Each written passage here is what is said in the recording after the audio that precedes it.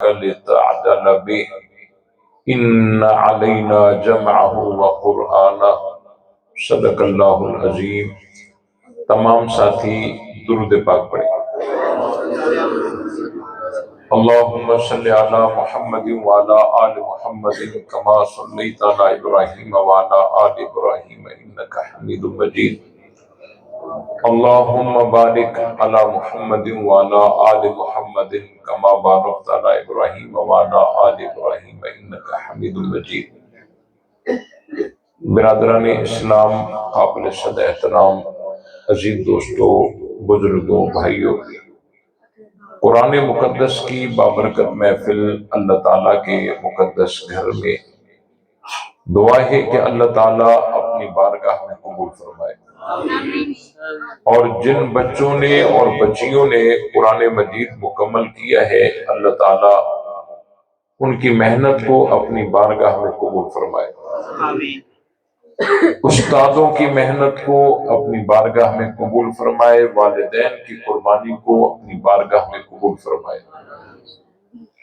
قرآن مجید کو یاد کرنا یہ بہت بڑی سعادت ہے، اور اس کے بے شمار فضائل ہیں، اور جو آدمی قرآن مجید کو یاد کرتا ہے قیامت کے دن اس کے والدین کو ایسا تاج پہنایا جاتا ہے کہ جس کے سامنے سورج کی روشنی بھی مدھم پڑ جاتی ہے۔ اور اللہ تعالیٰ نے قرآن مجید کو بڑی عظمتوں سے نوازا ہے۔ قرآن عظیم ہے، اگر عظمت چاہیے تو قرآن سے چمٹ جائیے۔ قرآن کریم ہے، اگر کرم چاہیے تو قرآن سے چمٹ جائیے۔ قرآن مجید ہے، اگر مجد اور بزرگی چاہیے تو قرآن سے چمٹ جائیے۔ اللہ تبارک و تعالیٰ نے، یہ اللہ تعالیٰ کا بہت بڑا احسان ہے اور انعام ہے۔ اللہ نے قرآن میں خود فرمایا ہے وَإِن تَعُدُّوا نِعْمَةَ اللَّهِ لَا تُحْصُوهَا، اگر تم اللہ کی نعمتوں کو شمار کرنا چاہو گے شمار نہیں کر پاؤ گے۔ دنیا کا دستور یہ ہوتا ہے کہ جس چیز کی مانگ زیادہ ہو اس کی قیمت اتنی اوپر کری جاتی ہے، لیکن اللہ تعالیٰ اتنا رحیم ہے کہ جو چیز جتنی زیادہ ضروری ہے اللہ نے اس کو اتنا زیادہ سستا کر دیا۔ آپ دیکھیں، انسان کو زندہ رہنے کے لیے سونے زیورات کی زیادہ ضرورت ہے یا آٹے کی؟ بولو۔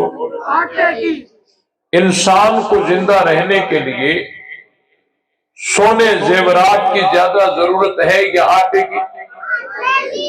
آٹے کی زیادہ ضرورت ہے نا؟ تو اللہ تعالیٰ نے آٹے کو سونے سے زیادہ سستا کر دیا۔ وَإِن تَعُدُّوا نِعْمَةَ اللَّهِ لَا تُحْصُوهَا، اگر تم اللہ کی نعمتوں کو شمار کرنا چاہو گے شمار نہیں کر پاؤ گے۔ انسان کو زندہ رہنے کے لیے آٹے کی زیادہ ضرورت ہے یا پانی کی؟ بولو، پانی کی۔ تو اللہ نے پانی کو آٹے سے زیادہ سستا کر دیا۔ وَإِن تَعُدُّوا نِعْمَةَ اللَّهِ لَا تُحْصُوهَا، اگر تم اللہ کی نعمتوں کو شمار کرنا چاہو گے شمار نہیں کر پاؤ گے۔ انسان کو زندہ رہنے کے لیے پانی کی زیادہ ضرورت ہے یا ہوا کی؟ ہوا کی زیادہ ضرورت ہے، تو اللہ تعالیٰ نے ہوا کو پانی سے زیادہ سستا کر دیا۔ جو چیز جتنی زیادہ ضروری ہے اللہ نے اس کو اتنا زیادہ سستا کر دیا۔ یہ اللہ کی کرم نوازی ہے، اللہ کی رحمت ہے، اللہ کا فضل ہے۔ آپ اپنے بیٹے کو شہر لے جائیں، اس کو انگریزی سکھانی ہے، بڑے بڑے سینٹر ہوں گے، اس کو میتھ سکھانی ہے، اس کو فزکس سکھانی ہے، اس کو فلاں سبجیکٹ وہ بڑے بڑے جو ہے انتظامات ہوں گے، لیکن آپ سے کہا جائے گا ایڈوانس اتنی فیس، ماہانہ اتنی فیس، ہوگا نہیں؟ نہیں ہوگا، ہوگا نا؟ ایڈوانس اتنی، ماہانہ اتنی۔ اچھا، پھر جب ہمارا بچہ صبح صبح کو آئے گا تو وہاں ناشتے کا بندوبست ہوگا؟ کہتے نہیں، ناشتہ بھی کر کے آئے گا۔ اچھا، دوپہر ہو جائے گی تو کھانے کا بندوبست ہوگا دوپہر کا؟ کہتے نہیں، وہ بھی واپس جا کے گھر کھائے۔ سردی آ جائے گی، سویٹر ملیں گے؟ نہیں۔ بیماری ہو جائے علاج کراؤ گے؟ نہیں۔ پیسے ملیں گے، ایڈوانس ملیں گے، فیس ملیں گے، میں کوئی مخالفت نہیں کر رہا، ایک توازن اور تقابل دے رہا ہوں کہ آپ جو سبجیکٹ اپنے بیٹے کو پڑھوانا چاہیں، آپ کو ایڈوانس فیس دینی پڑے گی، ماہانہ پیسے دینے پڑے گے، علاج بھی خود کرنا پڑے گا، لباس بھی خود دینا پڑے گا، اور اس کا سارا خرچہ آپ نے خود نے کرنا ہوگا۔ لیکن آئیے ذرا قرآن سکھانے کے لیے اپنے بیٹے کو لے آئیے مدرسے کے دروازے پہ، مدرسے کے دروازے کھلے ہوئے، ہاں بھائی کوئی ایڈوانس فیس؟ کہتے ہیں کوئی نہیں۔ ماہانہ فیس؟ کوئی نہیں۔ اچھا، میرا بچہ آئے گا تو کھانا ملے گا؟ جی ہاں، کھانا بھی دیں گے، ناشتہ بھی دیں گے، دوپہر کا کھانا بھی دیں گے، رات کا بھی دیں گے، رہنے کے لیے جگہ بھی دیں گے، بستر بھی دیں گے، علاج بھی کرائیں گے، سردی آئے گی تو سویٹر بھی دیں گے، وظائف بھی دیں گے۔ بیٹا آپ کا ہوگا، اس کے اوپر پنکھا خراب ہو جائے گا، وہ ٹینشن آپ کا نہیں، وہ ہمارا ہوگا، وہ پنکھا بھی ہم بنوائیں گے۔ قرآن کو اللہ نے کتنا سستا کر دیا۔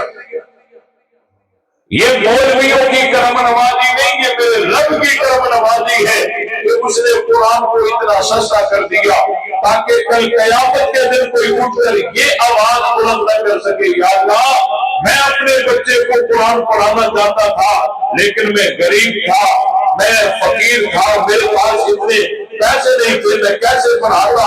اب قیامت کے دن کوئی ایسی شکایت کر سکتا نہیں ہے۔ تو قرآن اپنے بچوں کو پڑھاؤ گے یا نہیں پڑھاؤ گے؟ پڑھاؤ گے نہیں پڑھاؤ گے؟ اور ہمارا تو ذہن یہ بنا ہوتا ہے نا کہ جو چیز سستی مل جائے اس کو اہمیت ہی نہیں دیتی۔ آج کل لوگوں کا ذہن یہ بنا ہوا ہے، جو ڈاکٹر کی فیس 200 روپے ہے نا، کہتے ہیں یہ کوئی اچھا ڈاکٹر تھوڑی ہوگا، اور جس کی فیس 500 روپے ہو، 1000 روپیہ ہو، کہتے ہیں یہ بڑا ہائی فائی ڈاکٹر ہے۔ تو میرے بھائیوں، اپنے بچوں کو قرآن پڑھاؤ، پڑھاؤ گے نہیں پڑھاؤ گے؟ قرآن بڑی عظمت والا ہے، قرآن بڑی شان والا ہے، اور قرآن مجید کو بغیر وضو کے ہاتھ لگانا جائز نہیں ہے، تو جماعت صحابہ کا بغیر احترام کے ذکر کرنا جائز نہیں ہے۔ یہاں وضو ضروری ہے، وہاں احترام ضروری ہے۔ بغیر وضو کے قرآن کو ہاتھ لگانا جائز نہیں، بغیر احترام کے کسی صحابی کا نام لینا جائز نہیں ہے۔ وہاں قرآن مجید کو سمجھنے کے لیے ایک الفابیت کو سمجھنا ضروری ہے، جو الف سے شروع ہوتی ہے، الف با سے شروع ہوتی ہے اور یا تک چلتی ہے۔ تو یہاں صحابہ کو سمجھنے کے لیے علماء راشدین کی ترتیب کو سمجھنا ضروری ہے، جو ابو بکر کی الف با سے شروع ہوتی ہے، علی کی یا تک ختم ہوتی ہے۔ یہاں قرآن مجید کی آیات چاہے محکم ہو چاہے متشابہات ہو، دونوں آیات پر ایمان ضروری ہے۔ یہاں صحابہ چاہے مہاجرین ہو چاہے انصار ہو چاہے والذین اتبعوہم بإحسان ہو، ان تمام صحابہ کا احترام ضروری ہے۔ وہاں قرآن مجید کی جس آیت کا ترجمہ سمجھ میں آئے یا جس کا سمجھ میں نہ آئے، ان سب پر ایمان ضروری ہے۔ یہاں حضور کی جماعت میں سے کسی صحابی کا عمل ہماری سمجھ میں آئے یا کسی صحابی کا عمل ہماری سمجھ میں نہ آئے، پھر بھی صحابہ کا احترام ضروری ہے۔ یہاں قرآن کو بغیر وضو کے ہاتھ لگانا جائز نہیں، وہاں جماعت صحابہ کا بغیر احترام کے تذکرہ کرنا جائز نہیں ہے۔ یہاں قرآن کی دو آیتوں میں بظاہر ٹکر نظر آ جائے پھر بھی دونوں آیتوں پر ایمان ضروری ہے۔ یہاں جماعت صحابہ میں سے دو صحابیوں کا بظاہر ٹکر نظر آ جائے پھر بھی دونوں صحابہ کا احترام ضروری ہے۔ ہم قرآن کو بھی مانتے ہیں، صحابہ کو بھی مانتے ہیں، اور پھر صحابہ تو سارے صحابہ ہیں، لیکن جو امام الصحابہ ہے، سید الصحابہ ہے، سید المہاجرین ہے، امام الصحابہ ہے، اول المؤمنین ہے، وہ یار غار و مزار سسر پیغمبر ہے، جو آج بھی حضور کے ساتھ روزہ اطہار کے اندر مدفون ہے، جی جا رہا ہے۔ چند جملے میں ان کی عظمت کے متعلق آپ حضرات کے سامنے بیان کرو۔ آپ حق تو نہیں گئے بھائی، حق تو نہیں گئے نا۔ حضرت ابو بکر صدیق رضی اللہ تعالیٰ عنہ، ان کے بے شمار فضائل ہیں، لیکن جو فضیلت ان کو ہجرت والی آیت میں ملی یا اس رات میں ملی، وہ فضیلت بے مثال ہے۔ آپ علیہ السلام کے گھر کا محاصرہ ہوا، آپ علیہ السلام نے اپنے بستر پہ سلایا حضرت علی کو اور خود چلے آئے نبی کے پاک صلی اللہ علیہ وسلم، صدیق اکبر کے پاس چلے آئے، اپنے بستر پہ سلایا حضرت علی کو۔ یہ حضرت علی کی بہت بڑی وفاداری تھی۔ آج نبی کے بستر پر سونا آسان نہیں تھا، آج کسی بستر کے لیے تلواریں چمک رہی تھی، لیکن اللہ کے نبی کے حکم کو لبیک کہتے ہوئے حضرت علی نے اپنی جان کو ہتھیلی پر رکھ کر نبی کے بستر پر لیٹ گئے۔ یہ حضرت علی کی وفاداری ہے، یہ حضرت علی کی شان ہے، یہ حضرت علی کا مقام ہے۔ نبی کے بستر پر لیٹ گئے، آپ علیہ السلام چلے آئے، سیدھا حضرت ابو بکر صدیق کے پاس آئے۔ آپ دیکھیے، جب حالات مشکل ہو، دشمن چاروں طرف سے ہو، تو پھر آدمی اسی کے پاس جاتا ہے جس پر اعتماد ہوتا ہے، جس کو مخلص سمجھتا ہے، جس کو سچا سمجھتا ہے۔ اللہ کے نبی نے صدیق اکبر کے پاس جا کر حضرت ابو بکر صدیق کے اخلاص کو نمایاں کر دیا۔ اور یہ بات آپ کے علم میں ہونی چاہیے کہ آپ علیہ السلام کے دو سفر اہم ترین ہیں، ایک سفر معراج والا اور ایک سفر ہجرت والا۔ معراج والا سفر بھی بڑا اہم ترین ہے، ہجرت والا سفر بھی بڑا اہم ترین ہے۔ معراج والے سفر میں بھی نبی کے ساتھ ایک رفیق سفر تھے، ہجرت والی رات بھی نبی کے ساتھ ایک رفیق سفر تھے۔ معراج والی رات میں جو رفیق سفر تھے وہ تمام ملائکوں کے سردار تھے، ہجرت والی رات جو رفیق سفر تھے وہ تمام امت کے سردار تھے۔ اور جو معراج کا سفر شروع ہوا وہ رفیق سفر خود محبوب کو لینے آیا، اور جب ہجرت کا سفر شروع ہوا خود محبوب صدیق کو لینے آئے، اور جب معراج کا سفر شروع ہوا، جب حضرت جبریل حضور کو لینے آئے تو حضور آرام میں تھے، اور جب حضور صدیق کو لینے آئے تو صدیق انتظار میں تھے۔ بات سمجھ آئی کہ نہیں آئی؟ پھر سبحان اللہ ہلکی کیوں آئی؟ بات سمجھ آئی نا بھئی؟ معراج کا سفر بھی اہم ترین ہے، ہجرت کا سفر بھی اہم ترین ہے۔ معراج والے سفر میں بھی حضور کو سواری کی ضرورت پڑی، اور ہجرت والی رات بھی حضور کو سواری کی ضرورت پڑی۔ تو معراج میں جب سواری کی ضرورت پڑی تو حضرت جبریل نے براق پیش کیا، اور جب ہجرت والی رات سواری کی ضرورت پڑی تو صدیق اکبر نے خود کو پیش کیا۔ دائیاں حیران ہو گئی، حلیمہ او حلیمہ سواری بدلی ہے کیا؟ اما حلیمہ نے فرمایا سواری وہی ہے، سوار بدلا ہے۔ جس پر حضور سوار ہو جائے تمام سواریاں پیچھے رہ جاتی ہیں، حضور کی سواری آگے نکل جاتی ہے۔ تو ہجرت والی رات نبی کی سواری صدیق اکبر بنے ہیں، ساری امت پیچھے رہ گئی، ابو بکر آگے نکل گئے۔ ساری امت میں سے حضرت ابو بکر صدیق رضی اللہ تعالیٰ عنہ آگے ہیں اور افضل ہیں اور برتر ہیں اور بہتر ہیں. توجہ رہے، امام الانبیاء جناب محمد مصطفیٰ کے دو سفر اہم ترین ہیں. ایک سفر معراج والا، ایک سفر ہجرت والا. معراج والے سفر میں جو رفیق سفر ساتھ تھے وہ چلتے چلتے چلتے راستے میں رک گئے.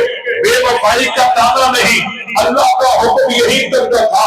حضرت جبریل رک گئے، حضور علیہ السلام اکیلے چلے گئے. لیکن جو ہجرت میں حضور کے ساتھ چلے وہ ایسا چلے کہ اس وقت سے جو چلے آج تک نبی کے ساتھ، آج تک نبی کے ساتھ ہے یا نہیں؟ زندگی بے وفا ہو گئی لیکن وفا ابھی تک وفا میں ہے. زندگی بے وفا ہو گئی.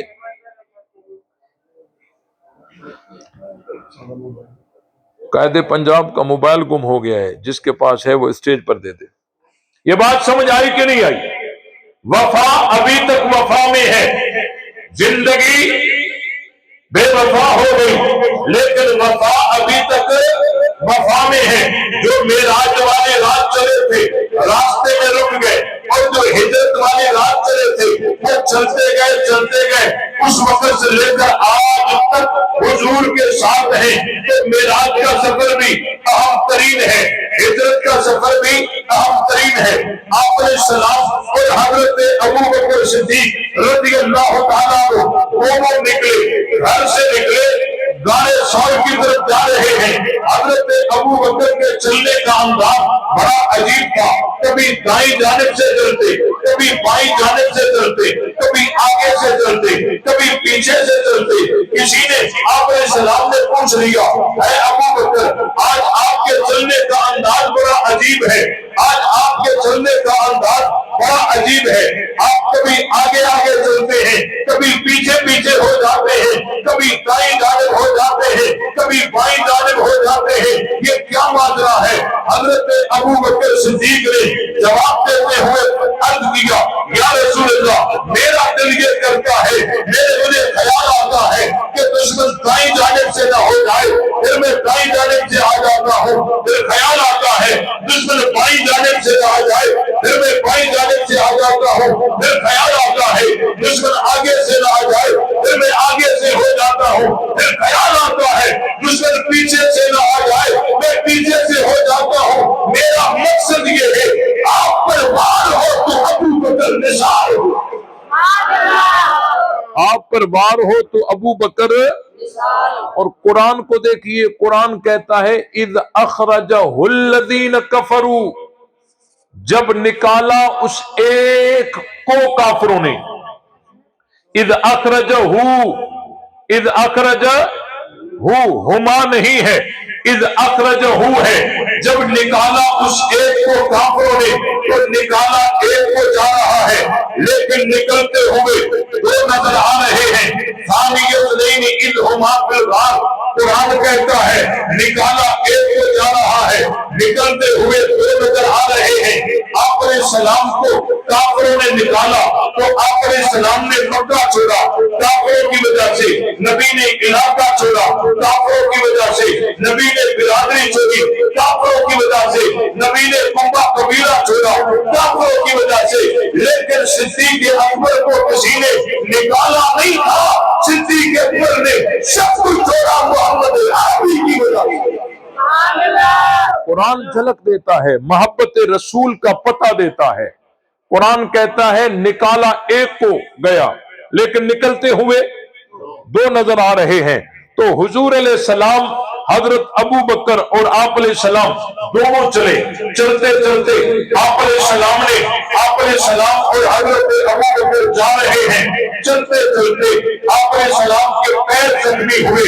صدیق اکبر بیٹھ گئے، حضور کو کندھوں پہ اٹھایا اور ہمارے سور تک لے گئے. پیچھے سے جو تلاش کرنے والے تھے وہ کھوجی تھے، وہاں سے تلاش کرتے کرتے دو آدمیوں کے پیروں کے نشانات وہ دیکھتے دیکھتے آئے. راستے میں ایک آدمی کے پیروں کے نشانات غائب ہو گئے، باقی ایک کے بچ گئے. اب یہ حیران ہو گئے، اگر یہ قدم نبوت ہے تو قدم صداقت کہا، اگر یہ نشان قدم نبوت ہے تو نشان قدم صداقت کہا، اگر یہ نشان قدم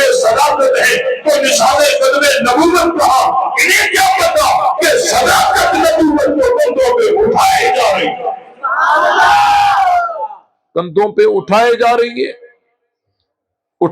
رہی ہے اور غار ثور تک پہنچایا۔ کافروں نے حضرت علی کو اٹھایا، حضرت علی سے پوچھا حضور کہاں ہیں؟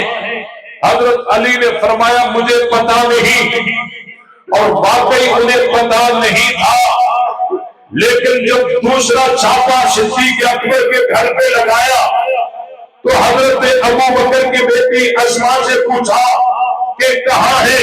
تو اسماء نے جواب دیا پتا تو ہے بتاؤں گی نہیں، پتا تو ہے بتاؤں گی نہیں۔ وہاں حضرت علی نے جواب دیا تھا مجھے پتا نہیں، اور ان کا جواب درست تھا، کیونکہ غار ثور پر جانے کا پلان تو صدیق اکبر کے گھر تیار ہوا تھا، اس لیے آپ علیہ السلام اور حضرت ابو بکر کا پتا تو ہے بتاؤں گی نہیں۔ ابو جہل نے تھپڑ مارا، وہ برداشت کیا، لیکن راز کی بات کھولی نہیں۔ دیکھو یہ خاندان صدیق ہے، اللہ نے ان کو سچا ہی رکھا ہے۔ جب آپ علیہ السلام اور حضرت ابو بکر جا رہے تھے نا، تو آگے سے کچھ لوگ آ گئے، حضرت ابو بکر سے پوچھنے لگے کہ یہ آپ کے ساتھ کون ہے؟ حضرت ابو بکر اگر بتا دیتے یہ حضور علیہ السلام ہے تو آپ علیہ السلام کی جان خطرے میں تھی، اگر بتا دیتے یہ کوئی اور ہیں تو صدیق نہ رہتا، غلط بیانی ہو جاتی۔ حضرت ابو بکر نے ایسا جملہ ارشاد فرمایا حاضر رجل یہدی السبیل، یہ آدمی مجھے راستہ دکھانے والا ہے۔ انہوں نے سمجھا یہ پہاڑی راستہ، لیکن صدیق اکبر نے مراد لیا جنت کا راستہ۔ صدیق وہاں بھی صدیق ہے۔ آپ علیہ السلام کو غار ثور تک پہنچایا حضرت ابو بکر صدیق نے، اور یہ جو نشان قدم کے بچے تھے یہ صدیق اکبر کے تھے، یہ بھی ایک اشارہ تھا جس کو نبوت تک پہنچنا ہے صدیق کے نقش قدم پر آنا پڑے گا۔ یہ بات سمجھ آئی کہ نہیں آئی؟ اب آپ علیہ السلام وہاں غار تک پہنچے ہیں، حضرت ابو بکر بھی حضور علیہ السلام بھی دونوں غار میں پہنچے ہیں۔ توجہ رہے، آپ علیہ السلام اور صدیق اکبر نے نیچے اتارا، پہلے غار کے اندر کھود گئے ہیں، پھر جا کر غار کی صفائی کی ہے، تو حضرت ابو بکر غار میں پہلے گئے، حضور علیہ السلام بعد میں آئے۔ حضرت ابو بکر نے غار کی صفائی کی ہے، صفائی کرنے کے بعد تمام سوراخ بند کیے ہیں، یہ سوراخ بھی بند ہے، یہ بھی بند ہے، یہ بھی بند بند بند بند بند بند، یہاں سے بنی ہے علماء دیوبند۔ یہ ایک چٹکلا ہے، بات سمجھ آئی کہ نہیں آئی؟ دیکھو جسم رسول کو خطرے کا امکان جہاں جہاں سے تھا، صدیق اکبر نے وہ سارے سوراخ بند کر دیے، تو مشن رسول کو جن جن راستوں سے خطرے کا امکان ہے دیوبند نے وہ سارے راستے بند کر دیے۔ حضرت ابو بکر پہلے غار کے اندر آئے، پھر حضور کو بلایا، تو دل بھی غار کی طرح ہے، پہلے ابو بکر آئے گا پھر حضور آئیں گے۔ بات سمجھ آئی کہ نہیں آئی؟ آپ علیہ السلام نے اندر جا کر حضور علیہ السلام نے صدیق اکبر کی گود میں سر رکھ کر سو گئے، جھولی ابو بکر کی ہے، سر مصطفیٰ کا ہے، کیا منظر ہوگا؟ ہم تو بھائی ماننے والے ہیں، صحابہ کو بھی مانتے ہیں اور اہل بیت کو بھی مانتے ہیں، جن کو نبی نے سلایا ہم ان کو بھی مانتے ہیں، اور جو نبی کو سلا رہے ہیں ہم ان کو بھی مانتے ہیں۔ بھائی جس کو نبی سنا رہے ہیں اپنا بستر لے کر ہم اس کو بھی مانتے ہیں، اور جو نبی کو سنا رہے ہیں اپنی گود لے کر ہم اس کو بھی مانتے ہیں۔ ہم تو صحابہ کو مانتے ہیں، اہل بیت کو مانتے ہیں، ایک کو نبی سلا رہے ہیں، ایک نبی کو سلا رہے ہیں۔ بات سمجھ آئی کہ نہیں آئی؟ ہم تو مانتے ہیں نا، جس کو نبی نے سلایا ہم اس کو بھی مانتے ہیں، اور جس نے نبی کو سلایا ہم اس کو بھی مانتے ہیں، اور جس نے نبی کو آگے کیا ہم اس کو بھی مانتے ہیں، اور جس کو نبی نے آگے کیا ہم اس کو بھی مانتے ہیں۔ نہیں سمجھا؟ جس نے نبی کو آگے کیا وہاں بھی نماز ہے، یہاں بھی نماز ہے، وہاں بھی مصلی ہے، یہاں بھی مصلی ہے۔ ایک تو وہ ہے جو نبی کو آگے کر رہے ہیں، ایک وہ ہے جس کا نبی آگے کر رہے ہیں۔ فرق صرف یہ ہے جو مسجد اقصی ہے، یہ مسجد نبوی ہے۔ تقدم یا رسول اللہ، تقدم یا رسول اللہ۔ حضرت جبریل نے حضور کو آگے کیا مصلی پہ، تو جس نے نبی کو آگے کیا ہم اس کو بھی مانتے، اور جس کو نبی نے آگے کیا مرو ابا بکر فلیصلی باللہ، ہم ان کو بھی مانتے۔ ہم تو صحابہ کو بھی مانتے ہیں، اہل بیت کو بھی مانتے ہیں۔ ایک رات جو نبی کے بستر میں سویا ہم اس کو بھی مانتے ہیں، اور اس وقت سے لے کر آج تک جو نبی کے ساتھ سوئے ہیں ہم ان کو بھی مانتے ہیں۔ یہ بات سمجھ آئی کہ نہیں آئی؟ آپ علیہ السلام اور حضرت ابو بکر صدیق رضی اللہ تعالیٰ عنہ دونوں غار میں ہیں۔ گود صدیق اکبر کی ہے، سر مصطفیٰ کا ہے۔ توجہ رہے، آپ کچھ بھی نہ جانتے ہوں، دو آدمی آپ کے نظر سے گزرے کہ ایک کی گود ہو دوسرے کا سر ہو، آپ کیا سمجھیں گے کہ ان کی آپس میں محبت بڑی ہے؟ آپ ان کو کچھ بھی نہ جانتے ہو، ایک کی گود ہو دوسرے کا سر ہو، آپ یہاں سے کیا تاثر لیں گے کہ ان کا پیار بڑا ہے، محبت بڑی ہے؟ تو صدیق اکبر کی گود ہے، سر مصطفیٰ کا ہے، کیا عالم ہوگا؟ اللہ نے ابو بکر سے کہا ہوگا اے ابو بکر میرے محبوب نے تجھ سے مانگا تھا، میرے محبوب نے تجھ سے مانگا تھا، میرے محبوب نے تجھ سے مانگا تھا، تیرا جو خزانہ تھا تو نے سارا سمیٹ کے میرے محبوب کی جھولی میں ڈال دیا تھا، آج میں رب کا خزانہ محمد کی صورت میں میرے تیری جھولی میں ڈال دیا۔ حضرت ابو بکر صدیق رضی اللہ تعالیٰ عنہ غار میں ہے، حضور بھی غار میں ہے۔ اللہ اکبر۔ کافر تلاش کرتے کرتے غار کے دروازے پہ پہنچے۔ یہاں بڑے نکات ہیں، میں تفصیلات میں نہیں جاتا، دو چار بتا کے میں اپنی تقریر کو سمیٹنا چاہتا ہوں۔ یہاں بڑے نکات ہیں، دیکھیں حضرت ابو بکر صدیق رضی اللہ تعالیٰ عنہ اور نبی غار میں ہیں، کافر پریشان ہیں، تو آج نبی اور صدیق مزار میں ہے، پھر بھی کافر پریشان ہے، پھر بھی کافر کیا ہے؟ پریشان ہے، کافر پریشان ہے۔ اور حضرت ابو بکر آج بھی مزار میں ہے، آج بھی حضرت ابو بکر نے حضور کو جھولی میں سلا دیا، اللہ نے صدیق کا ایسا بدلہ دیا، اے ابو بکر تو نے مشکل گھڑی میں میرے محبوب کو اپنی جھولی میں سلایا، میں رب تجھے ایسا بدلہ دوں گا کہ قیامت تک تجھے اپنے محبوب کے روزے میں سلا دوں گا۔ وہاں ابو بکر سلا رہے ہیں، یہاں حضور سلائے ہوئے ہیں۔ توجہ رہے، حضرت ابو بکر آج بھی جنت میں ہیں، ماں بین بیتی و منبری روضۃ من ریاض الجنہ، حضرت ابو بکر آج بھی جنت میں،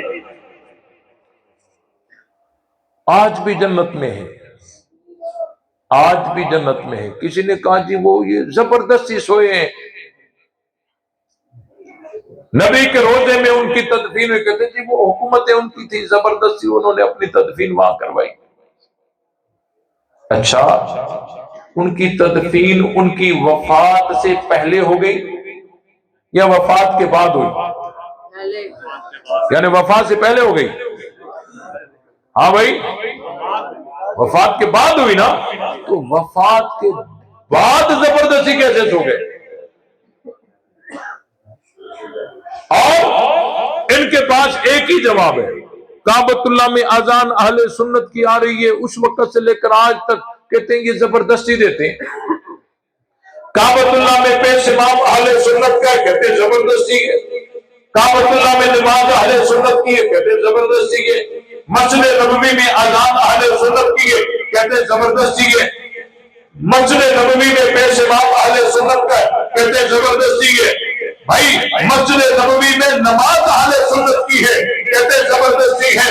حضرت ابو بکر و عمر خلافت میں پہلے دوسرے نمبر پر آئے، کہتے زبردستی آئے۔ حضرت ابو بکر و عمر ریاض الجنت میں سوئے ہیں، کہتے زبردستی سوئے۔ حضرت حیدری شہید رحمت اللہ علیہ جلالی انداز میں جواب دیا کرتے تھے، فرماتے تھے اگر کعبۃ اللہ میں اذان زبردستی ہے، اگر مسجد نبوی میں اہل سنت کی اذان زبردستی ہے، اگر ابو بکر و عمر خلافت میں پہلے دوسرے نمبر پر زبردستی آئے، اگر ابو بکر و عمر ریاض الجنت میں زبردستی سوئے ہیں، تو پھر جنت میں بھی زبردستی چاہیے۔ جنت میں زبردستی کیسے بھائی؟ جیسے ریاض الجنت میں چلے گئے، جیسے ریاض الجنت میں چلے گئے۔ کچھ تو شرم کرتے، کچھ تو حیا کرتے، کچھ تو فرق کرتے۔ اسمبلی اور جنت میں آدمی داخلی کر کے اسمبلی میں تو جا سکتا ہے، کیا داخلی کر کے جنت میں بھی جا سکتا ہے؟ حضرت ابو بکر عمر آج بھی جنت میں ہیں، اور جب کافر دروازے پر پہنچے تو صدیق اکبر رضی اللہ تعالیٰ عنہ نے ان کافروں کو دیکھا، ان کے پیر نظر آ رہے تھے۔ حضرت ابو بکر صدیق رضی اللہ تعالیٰ عنہ نے عرض کیا یا رسول اللہ اگر میری جان کا مسئلہ ہوگا، 1000 دفعہ کے بعد آپ کو کچھ ہو گیا تو امت کا بڑا نقصان ہو جائے گا۔ تو آپ علیہ السلام نے صدیق اکبر کو تسلی دیتے ہوئے کیا فرمایا؟ ما ظنک باثنین اللہ ثالثہما، اے ابو بکر ان دو کے بارے میں تیرا کیا گمان ہے کہ جس کا تیسرا اللہ ان کے ساتھ ہے؟ اذ یقول لصاحبہ لا تحزن، جب کہا رسول نے اپنے ساتھی کو، ہوئے ہوئے ہوئے ہوئے ہوئے، یہاں ایک ترجمہ کرنا چاہتا ہوں، جب کہا رسول نے اپنے ساتھی کو لا تحزن، لا تحزن کا ترجمہ کروں؟ بعض اوقات آدمی سبحان اللہ کہے تو کروں۔ حضور نے حضرت ابو بکر سے کہا لا تحزن، اے ابو بکر میری فکر نہ کر۔ حضرت خوف اور حزن کا جو فرق ہے نا، حزن تو دوسرے کے لیے ہوتا ہے نا، حضرت ابو بکر سے حضور نے فرمایا لا تحزن، میرا فکر میرا غم نہ کر، ان اللہ معنا، اللہ ہم دونوں کے ساتھ ہے۔ یہاں کچھ لوگ کہتے ہیں حضرت ابو بکر کافروں دیکھ کر رو رہے تھے، چلا رہے تھے تاکہ جو ہے کافر آواز سن لیں اور حضور کو پکڑ لیں۔ حضرت ابو بکر رو رہے تھے، چیخ رہے تھے جی تاکہ کافر سن لیں، حالانکہ رونے کی بات ہی نہیں ہے، حزن کی بات ہے۔ تو حضرت حیدری شہید رحمت اللہ علیہ ایک بڑا پیارا جواب ارشاد فرمایا کرتے تھے، فرماتے تھے حضرت ابو بکر رو رہے تھے، ہاں جی رو رہے تھے تاکہ وہ کافروں کو پتہ چل جائے اور وہ نبی کو گرفتار کر لیں۔ تو حضرت نے فرمایا حضرت ابو بکر کے رونے کی آواز اس دور کے کافروں کو تو سننے میں نہیں آئی، اس دور کے کافروں نے کیسے سن لی؟ بات سمجھ آئی کہ نہیں آئی؟ اس دور کے کافروں کو تو سننے میں نہیں آئی، اس دور کے کافروں کو کیسے سننے میں آ گئی؟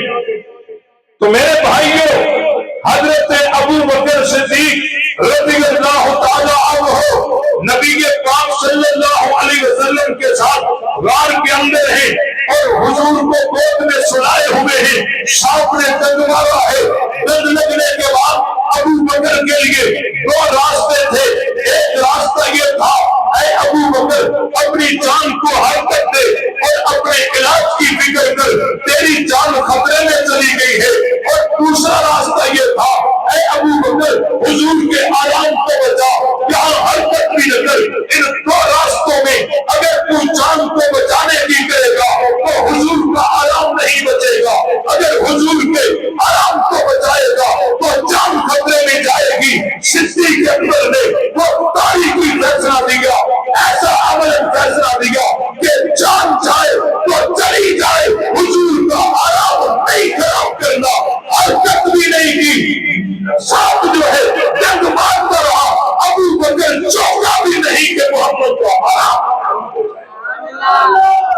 توجہ، یہاں زہر چڑھتا آیا چڑھتا آیا چڑھتا آیا چڑھتا آیا چڑھتا آیا، پوری جان میں زہر گردش کر گیا، آنکھوں سے آنسو نکل آئے، آنکھوں سے نکلے، رخساروں پہ پہنچے، رخساروں سے سفر کرتے کرتے صدیق اکبر کی داڑھی مبارک میں آئے، حضرت ابو بکر کی داڑھی سے یوں کراس ہوتے فضا میں اڑتے ہوئے یہ صدیق اکبر کے آنسو یہ اڑتے ہوئے آئے۔ اللہ چاہتا جو رب حضرت ابراہیم کے لیے آپ کو ٹھنڈا کر سکتا تھا، جو رب حضرت موسیٰ کے لیے بہتے دریا پہ راستے بنا سکتا ہے، جو رب حضور کے اشارے پہ چاند کو دو ٹکڑے کر سکتا ہے، اگر وہ رب چاہتا جہاں آنسو کو کسی پتھر پہ گرا دیتا، لیکن اللہ نے انہی آنسوؤں کو اس چارے پہ پہنچا دیا جس چارے پر رب نے کبھی گندی مکھی کو بیٹھنے نہیں دیا۔ یہ آنسو وہی پہنچا کے بتا دیا جس طرح حضور پاک ہے اسی طرح صدیق اکبر کے آنسو بھی پاک ہے، اور یہ پاک اسی صورت میں ہو سکتے ہیں جب صدیق اکبر بھی پاک ہو۔ حضور کی آنکھیں کھل گئی، ابو بکر رو رہے ہو؟ جی ہاں یا رسول اللہ، پیر میں کسی نے کاٹا ہے۔ آپ علیہ السلام نے فرمایا پیر قریب کر، حضرت ابو بکر نے پیر قریب کیے، آپ علیہ السلام نے اپنا لعاب زخم پہ لگایا، تو جب کہیں سانپ کا ڈنگ لگتا ہے تو ڈاکٹر انجیکشن لگاتے ہیں، اور یہ انجیکشن کے ذریعے سے دوائی جاتی ہے، تو جہاں جہاں زہر پہنچا ہوتا ہے وہیں وہیں دوائی کا اثر پہنچ کر زہر کو بے اثر کرتا ہے، تو وہاں سانپ کا ڈنگ لگا تو حضرت ابو بکر کی جان میں زہر گردش کر گیا، اور پوری جان میں زہر گردش کر گیا، تو جہاں نبی نے لعاب لگایا تو جہاں جہاں زہر پہنچا وہی وہی نبی کے لعاب کا اثر پہنچا، اور زہر حضرت ابو بکر کی پوری جان میں گردش کر گیا، اور نبی کے لعاب کا اثر بھی صدیق اکبر کی پوری جان میں گردش کر گیا۔ اگر میں یوں کہوں تو مبالغہ نہیں ہوگا کہ لعاب کا اثر ابو بکر کی پوری جان میں ایسے گردش کر گیا، ایسے گردش کر گیا گویا کہ صدیق پر نبی کا رنگ چڑھ گیا، صدیق پر نبی کا رنگ چڑھ گیا، اور ایسا رنگ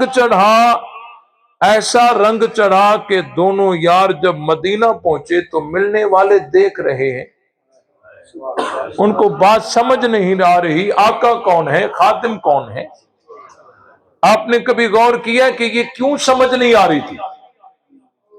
آپ کے علاقے میں کوئی عالم آئے، کوئی مولوی آئے، کوئی پیر آئے، آپ نے اس کو دیکھا ہوا پہلے سے نہ ہو، وہ گاڑی رکے گی، چاروں دروازے کھلیں گے، ادھر سے بھی بندہ اترے گا، ادھر سے بھی ادھر سے بھی ادھر سے بھی، آپ پہلی نظر میں پہچان لیں گے کہ پیر یہ ہے اور اس کے خادمین یہ ہیں۔ ایسے ہی ہوتا ہے نا، مولوی ہے، مفتی ہے، جو بھی ہے، آپ پہلی نظر سے، کیونکہ اس کا لباس تھوڑا چینج ہوگا، وہ دستار سے ہوگا، اور خلفاء جو ہوں گے وہ ٹوپیوں سے ہوں گے، یا کوئی نہ کوئی فرق ضرور ہوتا ہے، آدمی پہچان لیتا ہے۔ لیکن مدینے والوں کو بات سمجھ نہیں آ رہی، آقا کون ہے، صدیق کون ہے، کیوں سمجھ نہیں آ رہی تھی؟ آپ نے کبھی یہاں گوتا لگائے، کیوں سمجھ نہیں آ رہی تھی؟ اس کا مطلب یہ ہے کہ صدیق اکبر رضی اللہ تعالیٰ عنہ نے حضور کی کمال اتباع کی ہوئی تھی، جیسی دستار وہاں ویسی یہاں، جیسا لباس وہاں ویسا یہاں، جیسی وضاقتہ وہاں ویسی وضاقتہ یہاں۔ تو حضرت ابو بکر نے نبی کی اتباع کمال درجے کی ہوئی تھی، اس لیے بات دیکھنے والوں کو سمجھ نہیں آ رہی تھی۔ یہاں نبی کی تابعداری میں جتنا بھی انعام ہے اس میں سے پہلا نمبر صدیق اکبر کا ہے، اور غلطی سے وہ حضرت ابو بکر سے ملنے لگے، حضرت ابو بکر ان کے ہاتھوں کو پکڑ کر حضور کے ہاتھوں سے ملاتے رہے۔ یہ بھی ایک اشارہ تھا کہ جو اپنا تعلق صدیق سے جوڑے گا، صدیق اس کو نبی سے جوڑے گا۔ سورج کی تپش آئی، حضرت ابو بکر سے وہ برداشت نہ ہوئی کہ ابو بکر کے ہوتے ہوئے حضور کو تپش لگ جائے سورج کی۔ دیر نہیں کی، چادر اٹھائی اور نبی کے اوپر تان دی۔ مسئلہ بھی حل ہو گیا اور مجھے یہ کہنے کے لیے آسانی بھی ہو گئی کہ جن پر نبی نے چادر ڈالی ہم ان کو بھی مانتے ہیں، اور جس نے نبی پر چادر ڈالی ہم اس کو بھی مانتے ہیں۔ بھائی جن کو نبی نے کندھوں پہ اٹھایا، جن کو نبی نے کندھوں پہ اٹھایا، جن کو نبی نے کندھوں پہ اٹھایا ہم ان کو بھی مانتے ہیں، اور جس نے نبی کو کندھوں پہ اٹھایا ہم اس کو بھی مانتے ہیں۔ اور کوئی صحابہ اہل بیت میں عداوت نہیں تھی، صحابہ کا اہل بیت سے پیار ہے، اہل بیت کا صحابہ سے پیار ہے، اور ہمارا دونوں سے پیار ہے۔ ہاں وقت نہیں ہے باغ فتح پر بات کرنے کا، ایک بات عرض کر دیتا ہوں۔ امام محمد باقر رحمت اللہ علیہ سے کسی نے پوچھا کہ کیا حضرت ابو بکر و عمر نے آپ کا کوئی حق قسم کیا اہل بیت کا؟ نہج البلاغہ میں لکھا ہوا ہے ما ظلمنا من حقنا مثقال حبۃ من خردل، ہم رائی کے دانے کے برابر بھی ہم پر کوئی ظلم نہیں ہوا۔ اور دوسرے انداز میں عبارت یوں بھی ہے ما ظلمنا، ان دونوں نے ہمارے اوپر کوئی ظلم نہیں کیا، مثقال حبۃ من خردل، ایک رائی کے دانے کے برابر۔